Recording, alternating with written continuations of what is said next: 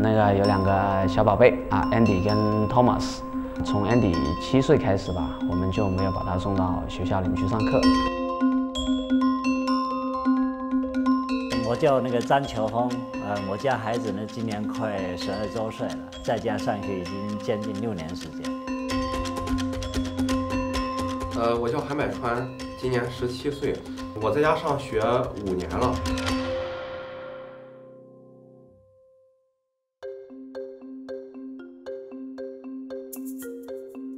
有一天晚上给他洗澡，然后呢，我突然发现这手上呢全是那指甲痕，然后但后来我们就没让他去上了，他妈妈就放弃了工作在家里面给他们2个当老师了。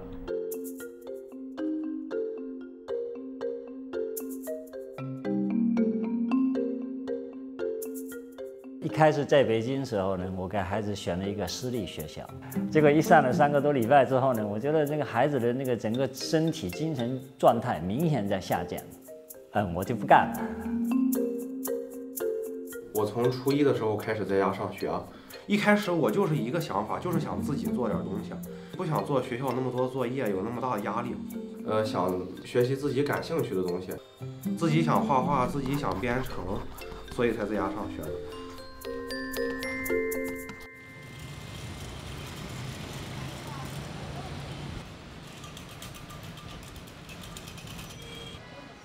那既然选择了走上这条路，我们所教的东西，还有孩子所接受的一些学习的内容，都跟学校是不一样的。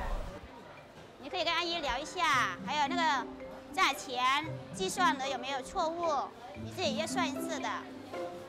他妈妈呢，基本上就会从生活上的知识去教他，比如说植物啦、动物啦、这个大自然啦。哇，好多啊！你看。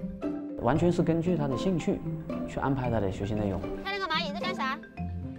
你想一下，春天来了，蝴蝶在干嘛？飞来飞去的，跟我们说的平常说的七星瓢虫是有点不太一样。你观察他们在这个石子里边的地位是否完全一样。但今天阴天。一开始的时候，我网络上去查了大量的这个资料，包括去买了一些专门的一些书籍，然后呢，再结合自己的一些经验教训。整合出一套好的一些教学计划，这个其中一个分类也是非常重要的一个事项啊，明白吗？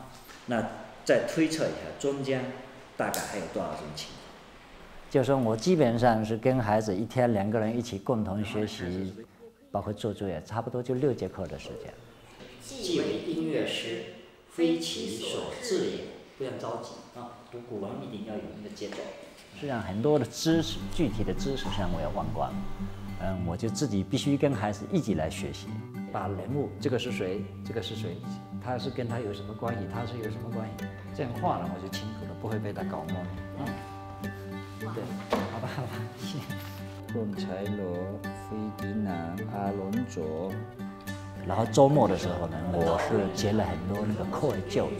我教别的孩子的时候，有些课他还在旁听。还有一个5，一个7，一个0。对。那你这个咚咚，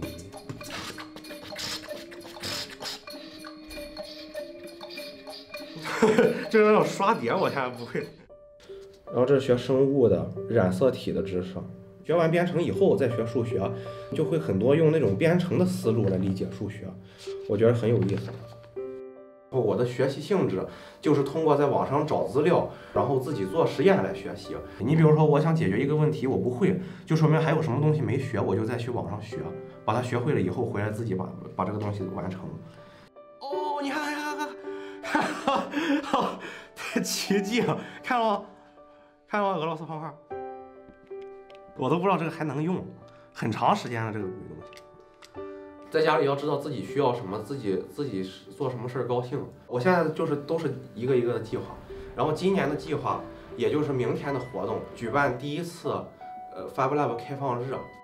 FabLab 是起源于美国麻省理工学院的一个创客空间，现在在全世界已经是一个全球网络。然后我去参加了活动以后，想到一个主意，在山东建立这个全球网络的节点。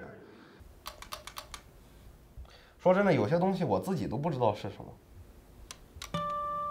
我一开始想让孩子在家上课的时候，那亲戚就是也阻挠，他们挺担心的。就是你不要搞了，你拿你儿子来那个闹着玩啊，说这个时间一过去了，你就弥补不回来了。你在家里边光学习了，不是光学习了，在家里边光玩了，不学习。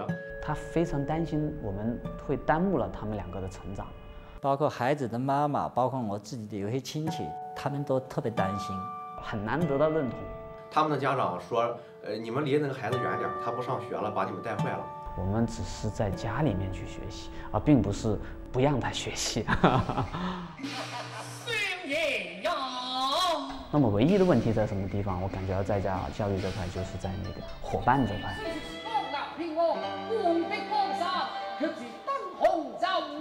想帮他们去找一些好的玩伴是比较困难的。每个人总有他每个人的性格。因为特别是他的性格比较内向一点，你不可能强迫一个很内向的人去做一个演说家。如果他是这种性格的话呢，我们也不会说为了在家教育而去在家教育。孩子教案这块呢，应该讲，实际上我也想了很多办法，比如1个礼拜里面啊，我们可能有几天时间现在比较安静的学习，有一段时间可能也跟别的小朋友幼稚接触一起学习。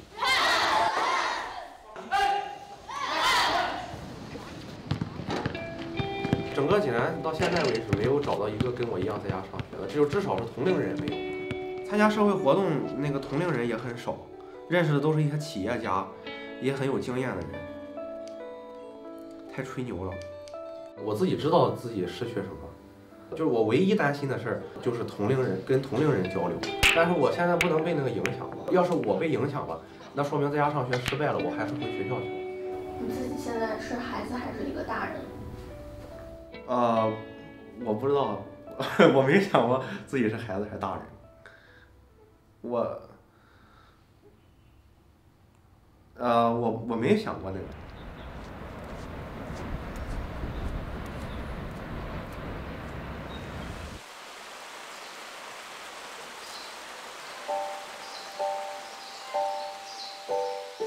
知识的学习永远是落后于时代的发展，现实的发展往往会超前书本。人呢，就是说，不管你未来你取得多大的这个成就，人总要有生存和生活。哇，竟然还有一点点，没有颗粒无收，还行。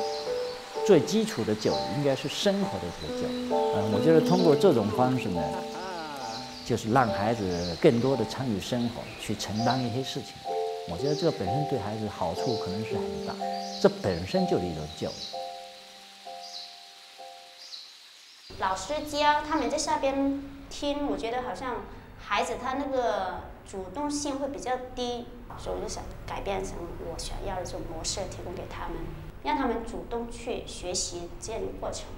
就我发现他对认字不感兴趣，那么后来我就想了个办法，我说得给你找一个有兴趣的东西。结果呢，我就教他玩一个游戏，我大学那个年代经常玩的叫《星际争霸》，那么我就带他玩了1、2次，他就很喜欢这个东西，给他把这个攻略买回来了。我就说这本书我交给你了，你就不要问我了，你该怎么玩你自己去看。我小老很高兴，就拿这本攻略，这么厚一本攻略，是吧？就翻，每天在那翻，一本新书1个月不到就翻成旧书了。然后不懂的字呢，就跑过来，一开始还问一下我，后来那个没时间了，自己翻字典好。通过这本书，通过这个游戏，我觉得他就把他1、2年级很多字都掌握了。2代的有更强大的武器。是啊，只可惜1代的科学传又没了。可是戴老师之前说能落实20个学生，是指就是落实都通知到，而不是说落实来的多少人。没事儿，哎呀，都是意料之中的。拖出来。咱们现在聚集在一块儿，再做一次这个叫 FabLab 山东开放分享的活动。今天是咱们 FabLab 山东第1次开放活动，现在就开始分享。我就是想在我自己的家乡办一个开放空间，然后把想要做东西的人和创客还有想法的同学聚集起来，借用 FabLab 这个地方的资源，还有全球网络一块儿做一些有价值的东西。而且是第1次做活动，到现在就做成这样，我觉得很厉害了已经。我觉得我拍拍自己的肩膀，做得不错。